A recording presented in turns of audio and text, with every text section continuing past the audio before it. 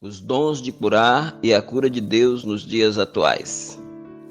É o tema deste estudo, cujo texto base é 1 aos Coríntios 12, versículos 30 e 31, que diz assim: Têm todos o dom de curar? Falam todos diversas línguas? Interpretam todos? Portanto, procurai com zelo os melhores dons, e eu vos mostrarei um caminho mais excelente. Um assunto que deve ser estudado pelos cristãos é a descontinuidade ou continuidade dos dons revelatórios, ou dons de sinais, ou dons carismáticos. Eles estão vigorando hoje ou foram dados só para a era inicial da igreja? Nós cremos nesta última opção e por isso advogamos a tese colocada aqui nesta mensagem. A Bíblia é a pedra de toque a distinguir o verdadeiro do falso. Para entender isto, é preciso ir às suas páginas, a fim de ver os dons dados pelo Pai a seu Filho Jesus Cristo, pela instrumentalidade do Espírito Santo, à sua igreja, de acordo com a profecia do Salmo 68 e verso 18. Falando de Jesus Cristo, o salmista diz: Tu subiste ao alto, levaste cativo o cativeiro, recebeste dons para os homens e até para os rebeldes, para que o Senhor Deus habitasse entre eles. Este salmo messiânico se cumpre na descida de Cristo às partes mais baixas da terra e na sua ascensão acima de todos os céus, à destra de Deus. Efésios 4, versos 8 a 12. Destes dons, os carismáticos, profetizar, curar, operar maravilhas, falar em línguas e interpretá-las, 1 Coríntios 12, de 8 a 10, cessaram no fechamento do cânon, ou seja, quando a Bíblia se completou no ano 100. Entre os dons carismáticos, que eram transitórios, há o de curar, inserido na fase de transição da igreja, através da qual a lei dá lugar à graça. O cristianismo substitui o judaísmo e o Antigo Testamento é completado pelo Novo Testamento. Analisemos alguns pontos para entender a transitoriedade dos dons de curar. Em primeiro lugar, o tempo das curas e operação de milagres não é constante nas Escrituras. Nestes 6.000 anos de humanidade, nós não tivemos em todos os períodos, em todos os séculos, em todos os milênios, a presença constante de milagres e do dom de curar. Isto pode ser visto nos ministérios de Moisés e Josué no Egito, lá no êxodo de 40 anos no deserto e na entrada de Israel em Canaã. Ali nós temos a presença de milagres pela instrumentalidade desses dois líderes de Israel. Também, ainda no Antigo Testamento, podemos ver a presença de milagres nos ministérios de Elias e Eliseu. No reinado de Acabe e Jezabel, estes dois profetas operaram milagres lá em Israel. Quando pensamos no Novo Testamento, podemos perceber a presença de milagres no ministério do Messias. Nicodemos foi ter de noite com Jesus e disse-lhe: Rabi, bem sabemos que és mestre vindo de Deus, porque ninguém pode fazer estes sinais que tu fazes se Deus não for com ele. João capítulo 3, verso 2. Também vemos no ministério dos apóstolos: em toda a alma havia temor, e muitas maravilhas e sinais se faziam pelos apóstolos. Atos 2, 47. Nos ministérios de alguns discípulos que tinham o dom de curar na igreja primitiva, a exemplo do primeiro mártir do cristianismo, e Estevão, cheio de fé e de poder, fazia prodígios e grandes sinais entre o povo. Atos 6, verso 8. E do diácono evangelista Filipe. E as multidões unanimemente prestavam atenção ao que Filipe dizia, porque ouviam e viam os sinais que ele fazia, pois que os espíritos imundos saíam de muitos que os tinham, clamando em alta voz, e muitos paralíticos e coxos eram curados. Atos 8, de 6 a 7. E por fim, no futuro, ainda por acontecer, após quase 2000 anos, depois do arrebatamento da igreja, no ministério das duas testemunhas, que ocorrerá no princípio de dores, ou seja, nos primeiros 3 anos e meio da tribulação. Possivelmente Elias e Moisés. Estes têm o poder para fechar o céu, para que não chova nos dias da sua profecia. E tem poder sobre as águas para convertê-las em sangue, e para ferir a terra com toda a sorte de pragas, todas quantas vezes quiserem. Apocalipse 11 e versículo 6. No início da igreja primitiva, até ao completar da Bíblia, ou seja, do ano 32 até o ano 100, o dom de curar é listado entre os sinais dados aos 11. Finalmente apareceu o Senhor Jesus aos 11, estando eles assentados à mesa, e lançou-lhes em rosto a sua incredulidade e dureza de coração, por não haverem crido nos que o tinham visto já ressuscitado. E disse-lhes: Ide por todo o mundo, e pregai o evangelho a toda criatura. Quem crê e for batizado será salvo, mas quem não crê será condenado. Marcos 16, 14 a 16. Os sinais acompanharam os apóstolos na igreja primitiva. E estes sinais seguirão aos que crerem, disse Jesus. Em meu nome expulsarão demônios, falarão novas línguas, pegarão em serpentes, e se beberem alguma coisa mortífera não lhes fará dano algum. E porão as mãos sobre os enfermos e sararão. Marcos 16, 17 a 18. Todos esses sinais, à exceção do beber veneno, se cumpriram no livro de Atos. Marcos fala da ascensão de Jesus a dar dons aos homens, como já nos referimos no Salmo 68, verso 18. Os sinais confirmaram a palavra dos apóstolos. Ora, o Senhor, depois de lhes ter falado, foi recebido no céu e assentou-se à direita de Deus. E eles, os apóstolos, tendo partido, pregaram por todas as partes, cooperando com eles o Senhor e confirmando a palavra com os sinais que se seguiram. Amém. Marcos 16, 19 a 20. Este confirmar da palavra, por intermédio de sinais, inclusive os dons de curar, é atestado em Hebreus, capítulo 2, versos 3 a 4. Como escaparemos nós, se não atentarmos para uma tão grande salvação, a qual, começando a ser anunciada pelo Senhor, foi-nos depois confirmada pelos que a ouviram, testificando Deus com eles, por sinais e milagres e maravilhas e dons do Espírito Santo, distribuídos por sua vontade. Diante disto, podemos pensar no que ocorre na vida do salvo a partir da ação do Espírito de Deus, mediante a salvação,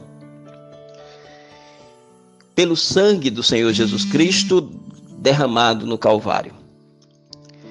Dali, nós temos duas redenções: a redenção do espírito e a redenção do corpo para a vida do crente. Então, há duas redenções que Deus opera no salvo. A do espírito, conforme diz o profeta Isaías no capítulo 53 e verso 5. Sobre Jesus ele diz: mas ele foi ferido pelas nossas transgressões e moído pelas nossas iniquidades. O castigo que nos traz a paz estava sobre ele, e pelas suas pisaduras fomos sarados. E a redenção do corpo, verdadeiramente ele tomou sobre si as nossas enfermidades e as nossas dores levou sobre si. A palavra sarados tem a ver com a cura da alma.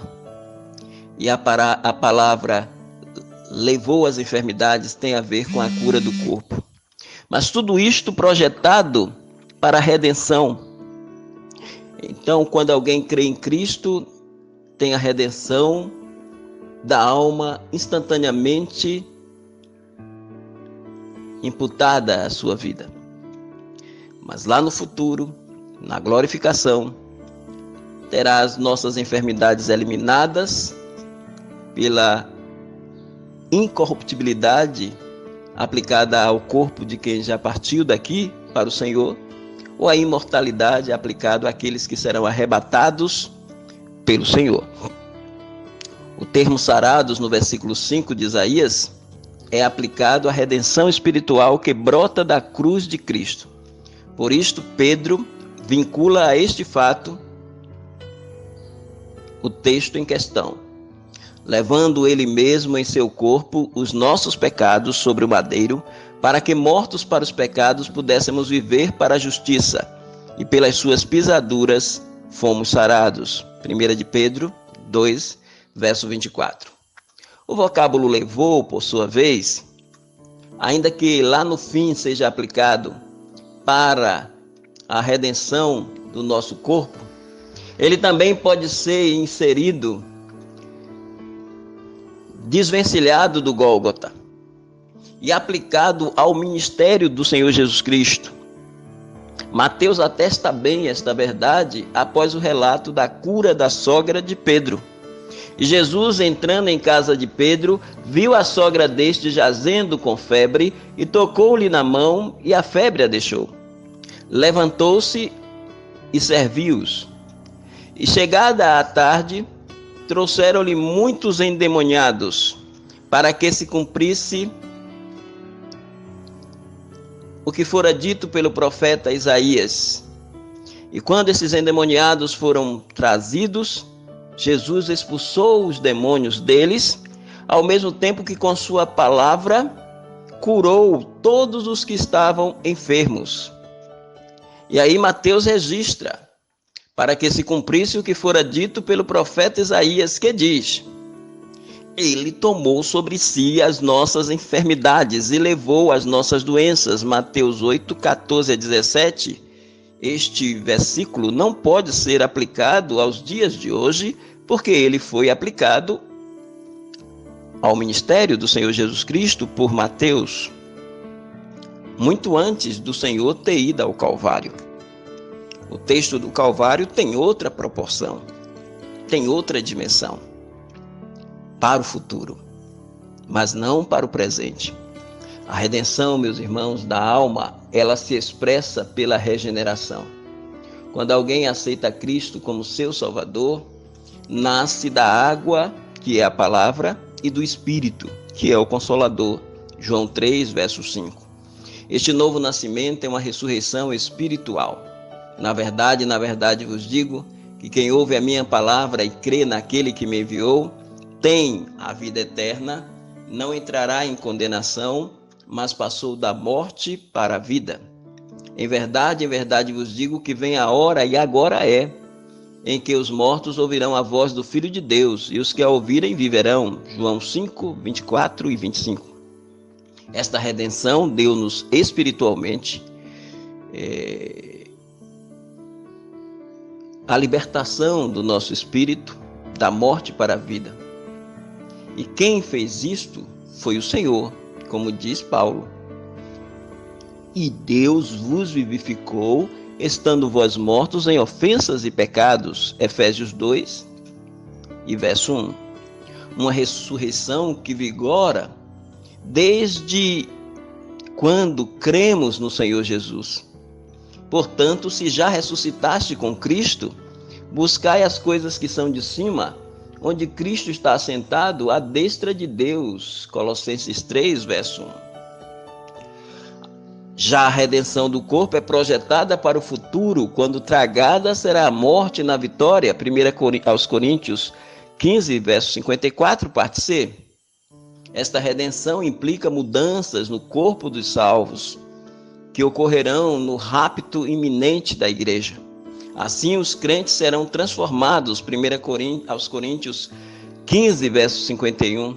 Os mortos em Cristo terão seus corpos transformados de corruptíveis para incorruptíveis pela ressurreição. E os vivos em Cristo terão seus corpos mortais transformados em imortais pela glorificação. No momento, no abrir e fechar de olhos, ante a última trombeta, porque a trombeta soará e os mortos ressuscitarão incorruptíveis e nós seremos transformados. Porque convém que isto que é corruptível, o corpo do morto, se revista da incorruptibilidade, e que isto que é mortal, o corpo do vivo, se revista da imortalidade. E quando isto que é corruptível se revestir da incorruptibilidade, e isto que é mortal se revestir da imortalidade, então cumprir-se-á a palavra que está escrita: tragada foi a morte na vitória. 1 Coríntios 15, 51 e 54, ou 51 a 54. Para a redenção corporal, Paulo usa o vocábulo adoção, porque sabemos que toda a criação geme e está juntamente com dores de parto até agora. E não só ela, mas nós mesmos, que temos as primícias do Espírito, também gememos, lembrando que gemer é sinônimo de dor, e nesse caso aí tem a ver com as mazelas da vida. Então gememos em nós mesmos, esperando a adoção, a saber, a redenção do nosso corpo, que é a glorificação. Romanos capítulo 8, 22 a 23. Esta redenção é a glorificação, que nos torna aptos a herdar do Pai e do Filho a herança eterna. Porque não recebestes o espírito de escravidão para outra vez estardes em temor, mas recebestes o espírito de adoção de filhos, pelo qual clamamos: Abba, Pai. O mesmo Espírito testifica com o nosso espírito que somos filhos de Deus. E se nós somos filhos, somos também herdeiros de Deus e co-herdeiros de Cristo. Se é certo que com ele padecemos, para que também com ele sejamos glorificados. Romanos 8, de 15 a 17. Hoje não podemos arrogar a nós mesmos o direito de uma cura plena. Deus cura e pode curar atualmente, mas não estaremos agora plenamente livres de quaisquer enfermidades, pois o corpo nosso não atingiu o grau mor da redenção. Há o Espírito Santo como penhor da nossa herança a garantir a redenção corporal. Um edifício corpo espiritual infinitamente melhor do que esta casa corpo mortal. Mas é bom repetir que o nosso corpo natural só será absorvido pela vida quando transformado em corpo espiritual pelo arrebatamento da igreja. Porque sabemos que se a nossa casa terrestre deste tabernáculo se desfizer, temos da parte de Deus um edifício, uma casa não feita por mãos, eterna nos céus. E por isso também gememos, desejando ser revestidos da nossa habitação que é do céu. Se todavia, estando vestidos, não formos achados nus, porque sabemos também que nós, os que estamos neste tabernáculo, gememos carregados, não porque queremos ser despidos, mas revestidos para que o mortal seja absorvido pela vida. Ora, quem para isto mesmo nos preparou foi Deus, o qual nos deu também o penhor do Espírito, segundo aos Coríntios 5, de 1 a 5. As heresias entre evangélicos hoje, pelas mensagens ou por conteúdos musicais, gospels, ou mídias sociais, e livros com a filosofia de curas, prosperidade e milagres de falsos mestres que no tempo de Cristo já eram denunciados por ele, conforme ele próprio diz: acautelai-vos, porém, dos falsos profetas, que vêm até vós vestidos de ovelhas, mas interiormente são lobos devoradores. Nem todo que me diz Senhor, Senhor entrará no reino dos céus, mas aquele que faz a vontade do meu Pai que está nos céus. Muitos me dirão naquele dia: Senhor, Senhor, não profetizamos nós em teu nome? E em teu nome não expulsamos demônios? E em teu nome não fizemos muitas maravilhas? E então lhes direi abertamente: nunca vos conheci. Apartai-vos de mim, vós que praticais a iniquidade. Mateus 7, verso 15 e versos 21 a 23. Então, tais heresias trazem dano ao Evangelho. E é preciso ter muito cuidado e cautela com as mesmas. Em terceiro lugar, os dons de curar são credenciais tanto do ministério de Jesus Cristo quanto do ministério de Paulo e dos outros apóstolos. O ministério de Cristo foi norteado por sinais e prodígios. Estes milagres são destacados pelo próprio Mestre a fim de autenticar o seu ministério messiânico a partir da autenticidade da sua própria missão. E João, ouvindo no cárcere falar dos feitos de Cristo, enviou 2 dos seus discípulos a dizer-lhes: és tu aquele que havia de vir? Ou esperamos outro? E Jesus respondendo disse-lhes: ide anunciai a João, o Batista, as coisas que ouvis e vedes. Os cegos veem, os coxos andam, os leprosos são limpos, os surdos ouvem, os mortos são ressuscitados, e aos pobres é anunciado o Evangelho. Mateus 11, versos 2 a 6. O apóstolo João, por sua vez, fazendo referência ao ministério do Mestre, diz categoricamente: Jesus, pois, operou também em presença de seus discípulos muitos outros sinais, que não estão escritos neste livro, o livro de João. Estes, porém, foram escritos para que creiais que Jesus é o Cristo, Filho de Deus, e para que, crendo, tenhas vida em seu nome. João 20, versos 30 a 31. Os sinais tiveram como propósito alinhar a crença em Cristo para se ter a vida eterna. Sobre Paulo, um nascido fora de tempo, o menor dos apóstolos, que trabalhou muito mais que todos eles, 1 Coríntios 15, de 8 a 10, defende o seu apostolado, elencando sinais como marcas autenticadoras do seu ministério apostólico. Dentre elas se insere o dom de curar. Em 2 Coríntios capítulo 12, verso 12, lemos: os sinais do meu apostolado foram manifestados entre vós com toda a paciência, por sinais, prodígios e milagres. E isto se comprova no ministério de Paulo. E Deus, pelas mãos de Paulo, fazia maravilhas extraordinárias, de sorte que os lençóis e aventais se levavam do seu corpo aos enfermos, e as enfermidades fugiam deles, e os espíritos malignos saíam. Atos 19, 11 e 12. Corrobora com este apostolado de Paulo o apostolado de Pedro. E a multidão dos que criam no Senhor, tanto homens como mulheres, cresciam cada vez mais, de sorte que transportavam os enfermos para as ruas e os punham em leitos e em camilhas, para que ao menos a sombra de Pedro, quando este passasse, cobrisse alguns deles. Atos capítulo 5, versos 14 a 15.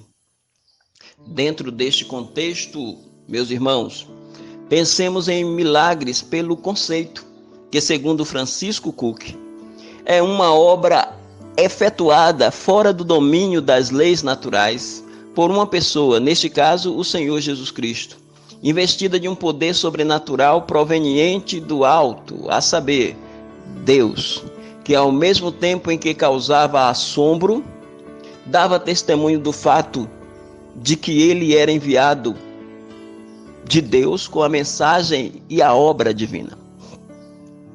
Daí, meus queridos, milagres, que no grego a palavra correspondente é teras, ou poder, que tem uma correspondência com dinamis, e sinal,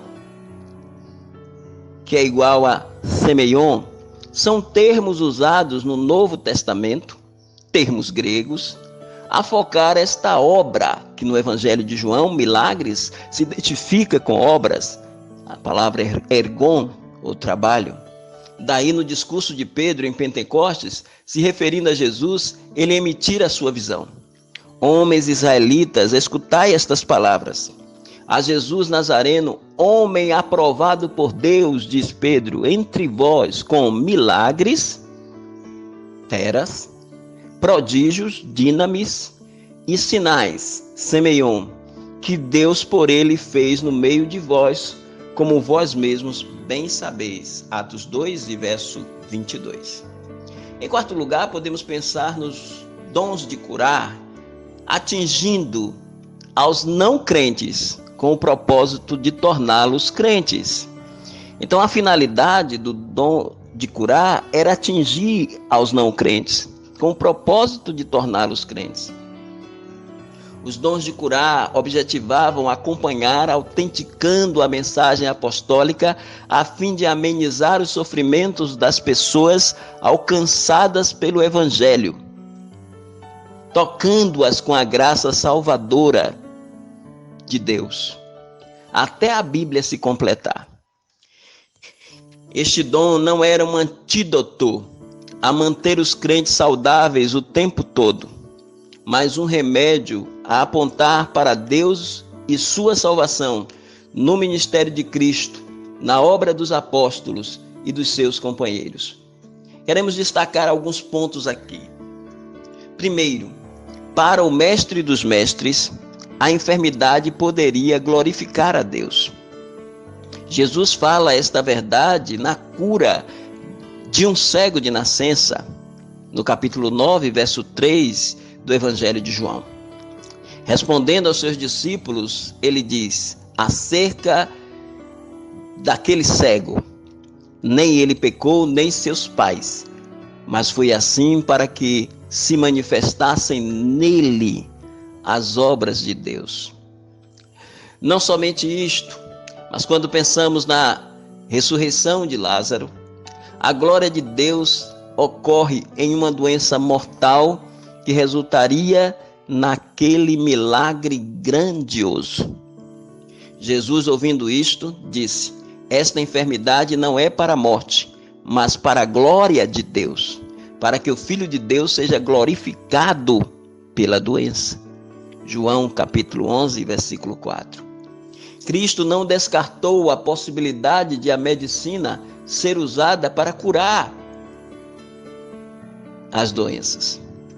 Jesus, porém, ouvindo, disse-lhes, não necessitam de médicos são, mas sim os doentes. Mateus 9, versículo 12. A expressar sua missão de médico da alma, ele não só cita esse provérbio, mas também ele diz, ide, porém, e aprendei o que significa misericórdia quero e não sacrifício, porque eu não vim chamar os justos, mas os pecadores ao arrependimento. Mateus 9, versículo 13. Alguns tentam achar apoio na experiência de Asa para até atacar a medicina e primar por uma cura divina as pessoas. Mas não é bem assim. Quando lemos o texto bíblico de Crônicas, 2 Crônicas 16, versículo 12, vemos que a coisa é diferente. E no ano 39 do seu reinado, Asa caiu doente de seus pés. A sua doença era em extremo grave. Contudo, na sua enfermidade, não buscou ao Senhor, mas aos médicos. A dedução a que chegamos é que o problema do rei Asa não era a procura dos médicos, mas a não busca pelo Senhor. Portanto, os médicos não estão descartados de nos ajudar na cura das nossas doenças. Mas precisamos também confiar em Deus e entregar nele e para ele a nossa enfermidade. Em segundo lugar, Paulo lidando com a doença entre os salvos, prova que o dom de curar não era para os crentes. Quem tinha o dom de curar, geralmente, ou em quase todas as vezes, não o utilizou para os crentes. O apóstolo dos gentios, por exemplo, que curava doentes até com seus lenços e aventais, como vimos, teve que enfrentar a enfermidade na obra missionária. Um espinho na carne. E para que não me exaltasse pela excelência das revelações, foi-me dado um espinho na carne, a saber, o mensageiro de Satanás para me esbofetear, a fim de não me exaltar. 2 Coríntios 12, versículo 7. Possivelmente uma doença nos olhos. Se foi, a resposta de Deus é negativa a ele, acerca do qual 3 vezes orei ao Senhor para que se desviasse de mim, e ele me disse: a minha graça te basta, porque o meu poder se aperfeiçoa na fraqueza. Versos 8 a 9. Este espinho na carne de Paulo pode ser ligado às suas afirmações em Gálatas, capítulo 4, versos 13 a 15. E vós sabeis que primeiro vos anunciei o evangelho estando em enfermidade da carne, e não rejeitaste nem desprezaste isso que era uma tentação da minha carne. Antes me recebeste como anjo de Deus, como Jesus Cristo mesmo. Qual é logo a vossa bem-aventurança? Porque eu vos dou testemunho de que, se possível fora, arrancaríeis os vossos olhos e vos dareis.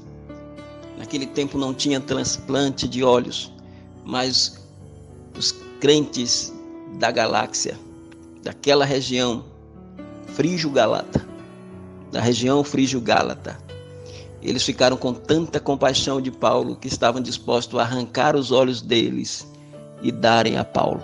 Pensamos que isto tem a ver com o espinho na carne de Paulo, uma doença nos olhos.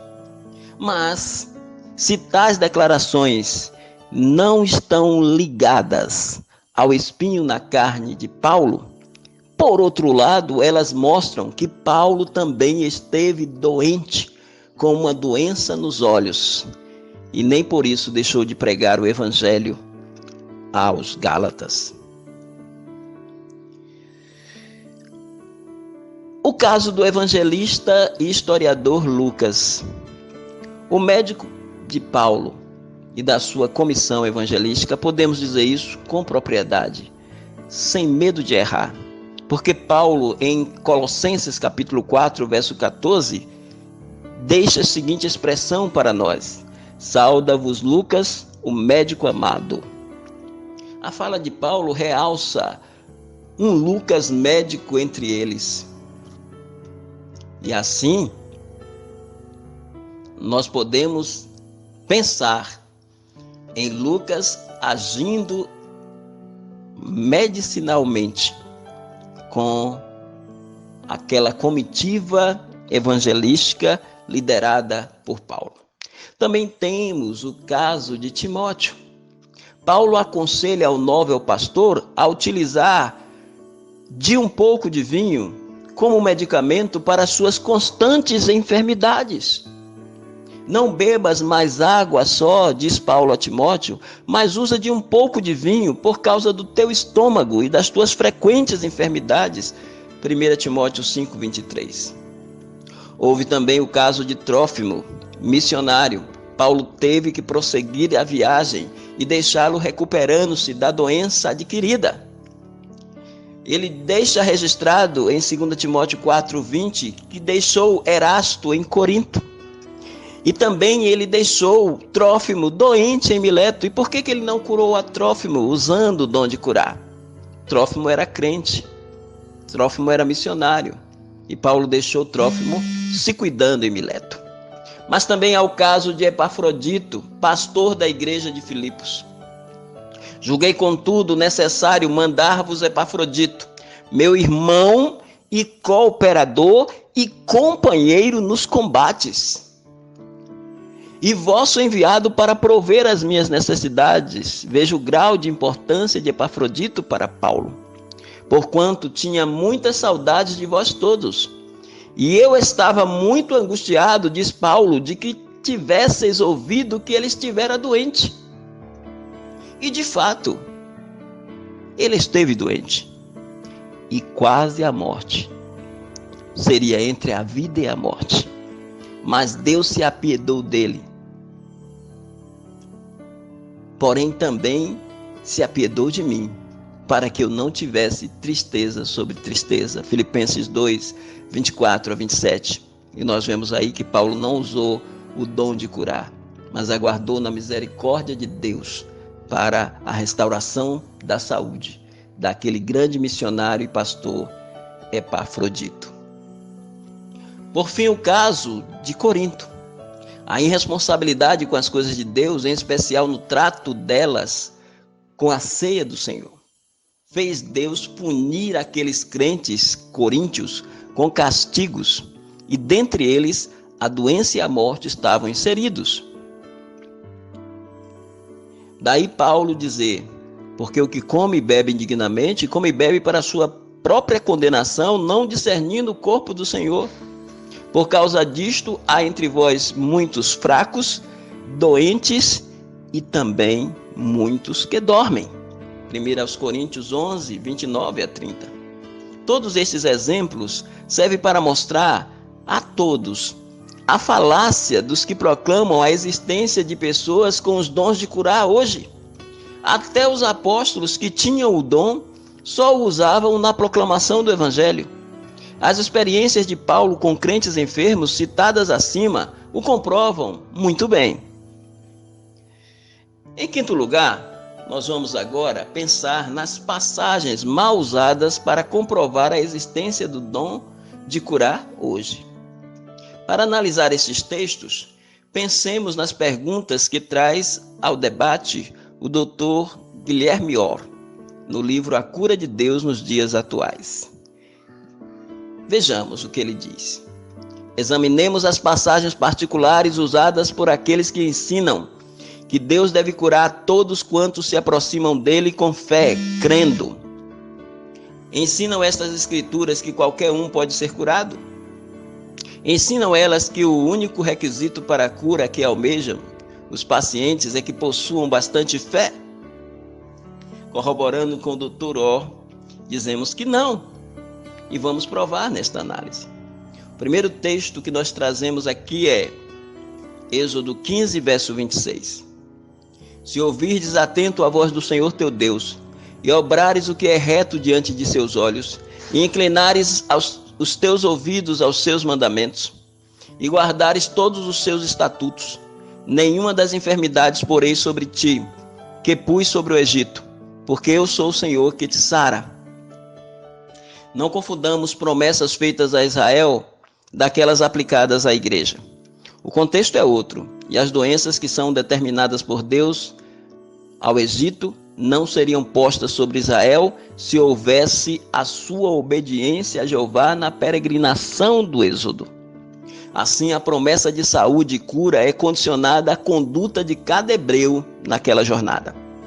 E não só isto, é bom lembrar que nos 40 anos de peregrinação no deserto, se estendeu a uma nuvem que os protegia do sol durante o dia e a uma coluna de fogo que os iluminava no período da noite. Números capítulo 9, versículos 15 e 16.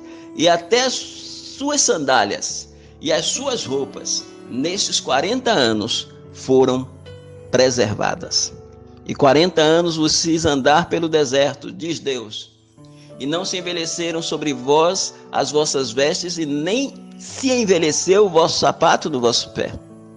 Deuteronômio 29, 5. Isto é muito diferente do nosso contexto de igreja. Isso é muito diferente da nossa situação. Portanto, não podemos pegar aquele versículo para aplicar a nossa realidade. O segundo versículo que muitos utilizam é Mateus 10, 7, 8.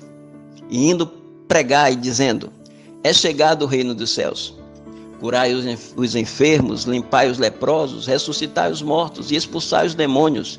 De graça recebei e de graça dai. Os curandeiros modernos usam este texto, que só pode ser aplicado aos 12, pois foi um texto que o Senhor Jesus designou para eles, devido à autorização que ele dá àqueles discípulos de pregar o evangelho naquela época, com o acompanhamento desses sinais até a Bíblia se completar. O evangelho da prosperidade enfatiza neste texto as expressões curai os enfermos e expulsai os demônios, e aplicam a si. Mas não os vimos limpando leprosos, tampouco ressuscitando mortos. Nós não conseguimos ver, enxergar esses curandeiros atuais limpando leprosos e ressuscitando mortos. E podíamos dizer, no tempo de hoje, diante desta crise, que não os vemos em leitos de hospitais do mundo a curar os contaminados pela Covid-19. Onde estão eles? E que dizer da ordem de Jesus aos apóstolos? De graça recebei e de graça dai. Se o comércio da fé, a negociata, prevalece entre eles. E quanto à ordem, nos versículos 5 e 6 que Jesus dá, Jesus enviou estes 12 e lhes ordenou, dizendo: não ireis pelo caminho dos gentios, nem entrareis em cidade dos samaritanos, mas ide ante as ovelhas perdidas da casa de Israel. A desonestidade faz com que muitos tirem versículos de contexto e tentem aplicar a sua realidade, mas por estas argumentações percebemos a fragilidade dessa hermenêutica. Em terceiro lugar, nós temos o versículo 12 do capítulo 14 do Evangelho de João. O Senhor Jesus diz: na verdade vos digo que aquele que crê em mim também fará as mesmas obras que eu faço, e fará maiores do que esta, porque eu vou para o meu Pai. Nesta parte ficamos com a análise do Dr. Guilherme Orr. Ele diz: não há a menor alusão à saúde física nesta passagem. Em realidade, se aqui houvesse alguma referência à saúde corporal, dizei-me agora, que cura física poderia ser maior que as que o Senhor Jesus efetuou? Poderíamos citar aí a ressurreição de Lázaro depois de 4 dias. Ele fez absolutamente tudo quanto se pode fazer, até mesmo levantar à vida os próprios mortos. Toda classe de enfermidade se rendeu ao toque maravilhoso de sua mão. Portanto, se as obras futuras seriam ainda maiores que aquelas, por força teriam que ser efetuadas na outra esfera da vida, diz o doutor. As maiores obras a que Jesus se refere estão ligadas aos milagres que ocorrem quando alguém aceita Cristo como Salvador. Paulo, por exemplo, no primeiro século, em suas 4 viagens missionárias, ganhou muito mais almas do que o Senhor Jesus. Dwight Moody, guardadas as devidas proporções em relação a Paulo no século XIX, fez o mesmo em seu ministério missionário. A rendição do pecador para além dos sinais do apostolado que credenciaram a Paulo, contempla 16 milagres.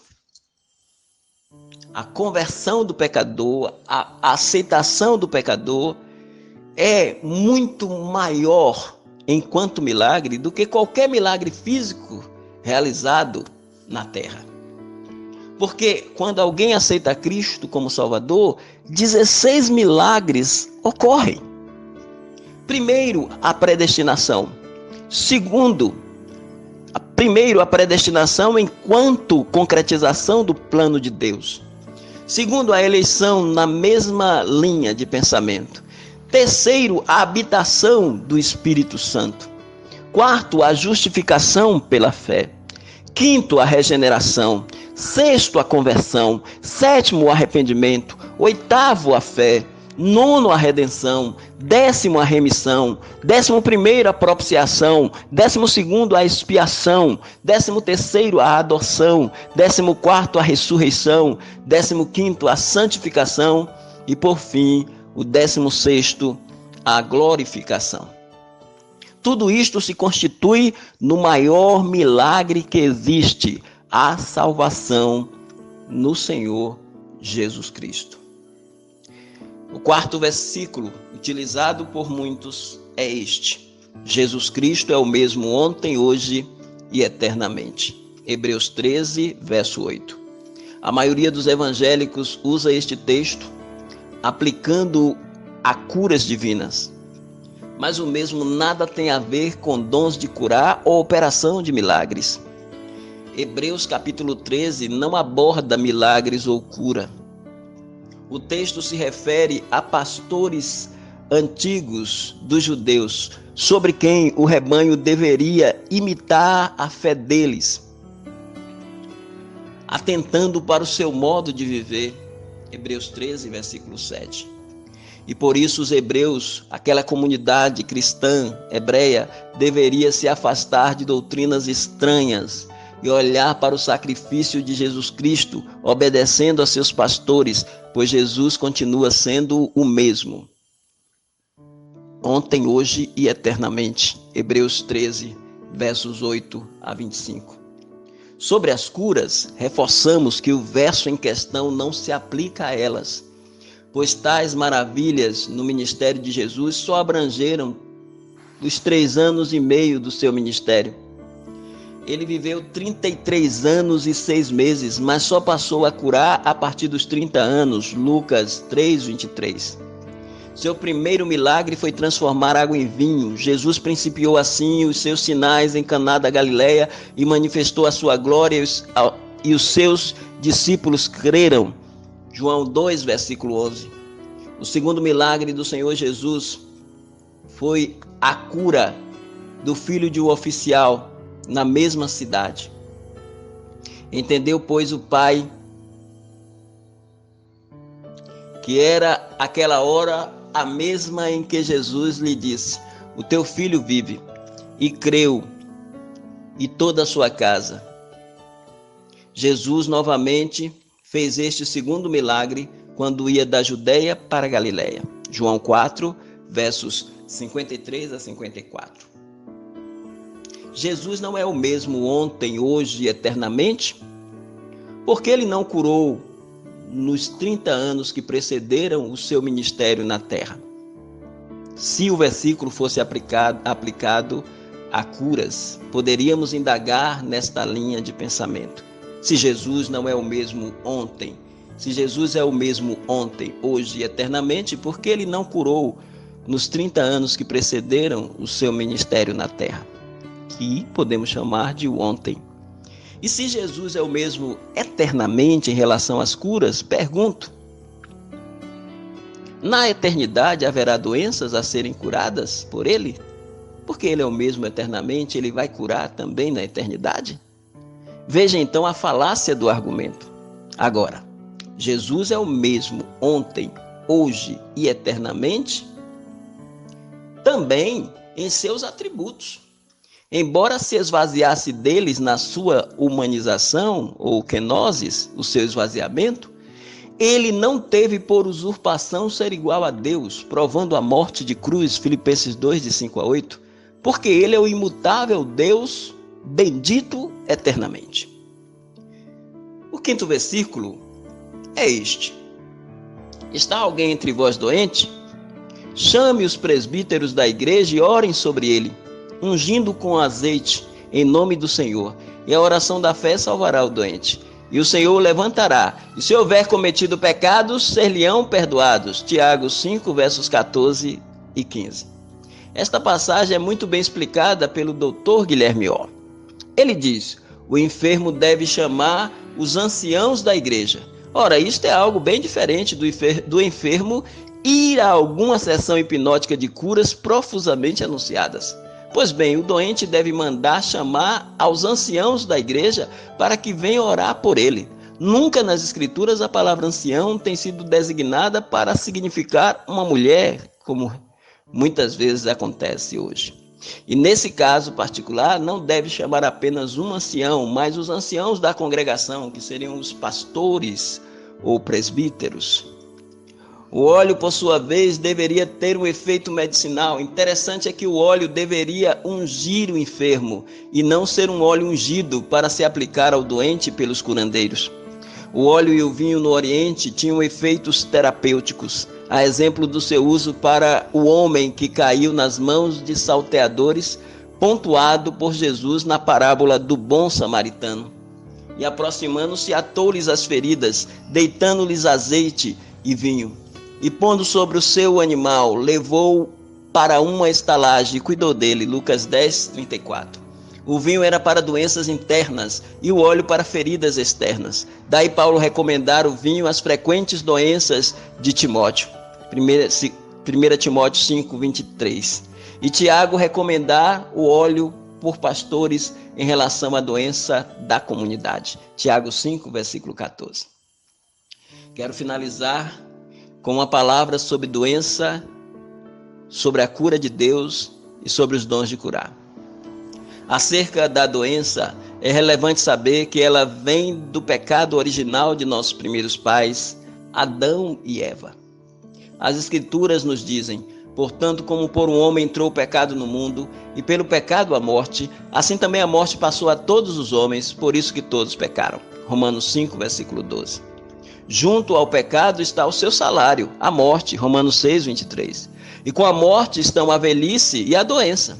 Assim, o pecado é um mal moral que trouxe aos homens dois outros males naturais, a doença e a morte. Daí concordarmos com o Dr. O quando ele diz: entretanto, faltaríamos com a verdade se disséssemos que toda enfermidade atual se origina em pecados pessoais. Há muitas enfermidades que não têm a menor conexão com o pecado presente. Deus pode enviar a doença com a finalidade de ensinar algumas lições, até, ou talvez para a sua glória. O descuido e os acidentes podem provocar problemas sérios. Algumas enfermidades podem promover a obra do Senhor Jesus com melhores resultados do que a própria saúde. Algumas vezes podem até guiar para a salvação. Jó e os seus padecimentos, por exemplo, meus irmãos, são citados em o Novo Testamento como inspiração de perseverança ante as tribulações. Lá em Tiago 5, versículo 11, o meio-irmão do Senhor Jesus diz: eis que temos por bem-aventurados que sofreram. Ouvistes qual foi a paciência de Jó e vistes o fim que o Senhor lhe deu. Porque o Senhor é muito misericordioso e piedoso. Deus deu testemunho de Jó. E disse o Senhor a Satanás: observaste tu a meu servo Jó? Porque ninguém há na terra semelhante a ele, homem íntegro e reto, temente a Deus e que se desviava do mal. Jó capítulo 1, versículo 8. Isto já demonstra que o servo de Deus, por mais fiel e íntegro que seja, ele está sujeito à enfermidade. A Bíblia o coloca entre os 3 homens mais justos da terra. Diz assim Ezequiel 14, 14, ainda que estivesse no meio da terra, estes 3 homens, Noé, Daniel e Jó, eles pela sua justiça livrariam apenas as suas almas, diz o Senhor Deus. Jó, sendo um homem deste calibre, sofreu com enfermidades, provando que a doença está no mundo e acomete a qualquer pessoa. Os dons de curar e operar maravilhas, meus irmãos, se restringem ao tempo dos apóstolos até a completação das Escrituras. Eles estão elencados entre os sinais confirmadores da palavra dos apóstolos, enquanto a palavra de Deus não estava completa. Hoje não temos em nenhum lugar da terra pessoas salvas que possuem os dons de curar e operar maravilhas. Louvamos a Deus por seu Espírito conferir tais poderes aos homens no passado, mas agora não precisamos deles, pois há algo muito mais maravilhoso que sinais: a palavra de Deus, as Escrituras, a Bíblia Sagrada. Portanto, meus irmãos, mesmo diante das pestilências, das fomes e doenças que se abatem sobre o mundo, que atingem os homens, Deus continua a exercer seu poder curador no meio do seu povo. Só devemos orar conforme a sua vontade, como fez o Mestre Salvador lá no Getsemane, dizendo: Pai, se queres, passa de mim este cálice, todavia não se faça a minha vontade, mas a tua. Lucas 22, 42. Por isso, nos adverte o apóstolo do amor, o apóstolo João. E esta é a confiança que temos nele, que se pedirmos alguma coisa segundo a sua vontade, ele nos ouve. E se sabemos que ele nos ouve em tudo que lhe pedimos, sabemos que alcançamos as petições que lhe fizemos. 1 João 5, 14. Que Deus nos abençoe.